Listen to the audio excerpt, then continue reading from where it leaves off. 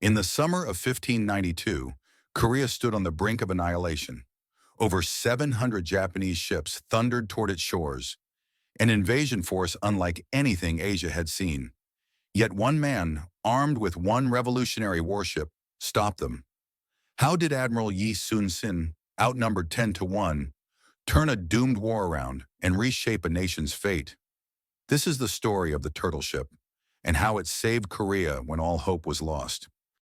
Welcome to today's deep dive. This video explores the naval brilliance of Admiral Yi Sun-sin, the man often called the greatest admiral in history, and how his innovative turtle ship tactic changed the course of the Imjin War. The late 1500s were turbulent across East Asia. Japan, unified under Toyotomi Hideyoshi, turned its eyes outward.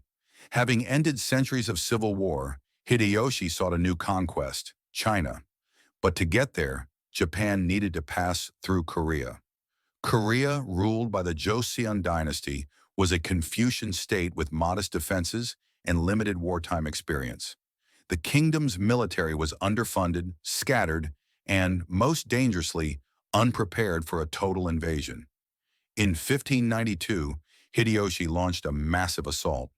Hundreds of Japanese ships ferried tens of thousands of battle-hardened samurai across the strait. Their aim, cut through Korea swiftly, seize the capital, and eventually push into China. The Japanese army advanced quickly on land, but one obstacle threatened their momentum: the Korean Navy. And standing at its head was an obscure naval commander, Yi Sun-sin. Korea's navy was small but sturdy. Its ships were heavier, built for stability, and armed with powerful cannons. But Japan's strength lay in boarding combat. Samurai swordsmanship, not artillery. This imbalance made naval battles unpredictable. To prevent the Japanese from resupplying their land forces, Korea had to control the sea.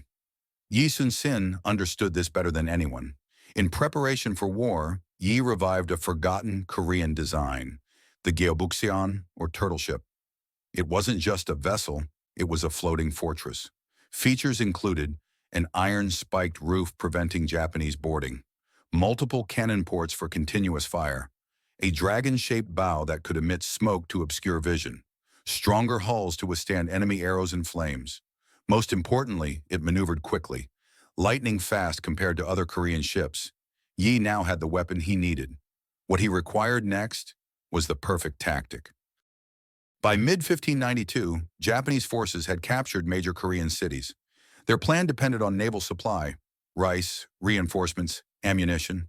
Yi Sun-sin decided, cut off the sea and the invasion collapses. This led to a string of naval battles, each more legendary than the last.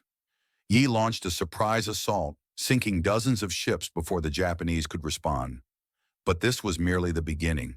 Here, Yi revealed his masterpiece. He feigned retreat, luring Japanese vessels into pursuit, where their narrow formation worked against them. Suddenly, the turtle ship pivoted, charging directly into the center of the enemy. It was a shock tactic Japan had never seen. Arrows bounced off its armored shell. Korean cannons tore through Japanese hulls. Panic spread. The Japanese fleet collapsed in chaos. The turtle ship was now a symbol of fear. This was Yi Sun-sin's masterpiece. He positioned his ships in a crescent, the crane wing formation. When the Japanese advanced, the wings wrapped around them, trapping them in a kill zone. The turtle ship spearheaded the charge, blasting open the enemy's center. Over 70 Japanese ships were destroyed. Korea lost none. This victory severed Japanese sea routes and shattered their naval morale. Their land troops, now undersupplied, began to falter. Despite his victories, political corruption struck. False accusations led to Yi Sun-sin's arrest and torture. A new admiral replaced him and led the fleet into catastrophe. At Chilchon-ryang, nearly the entire Korean navy was annihilated. Japan now had an open path to resupply. Korea stood on the brink of collapse. Yi Sun-sin was reinstated out of desperation. But when he returned, only 12 ships remained. Here lies the ultimate moment of Yi's tactical genius. Facing 330 Japanese ships, Yi chose the Myeongyang Strait, a narrow channel where fierce currents reversed direction every few hours. Yi's 12 ships held the choke point. The Japanese fleet, packed tightly and unable to maneuver, was struck by shifting currents, just as Yi predicted. Korean cannons tore through their disorganized ranks. Chaos followed. The impossible became reality. Yi Sun-sin won. The Japanese fleet retreated in humiliation. Korea was saved from complete maritime domination.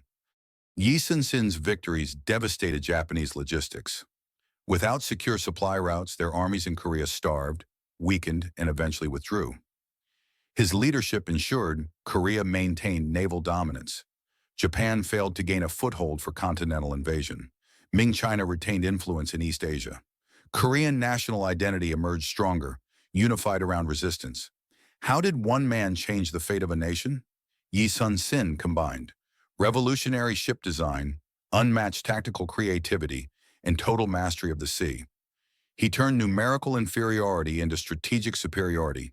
He transformed a defensive navy into an unstoppable force, and with a single tactical principle, control the sea, control the war, he saved Korea from conquest.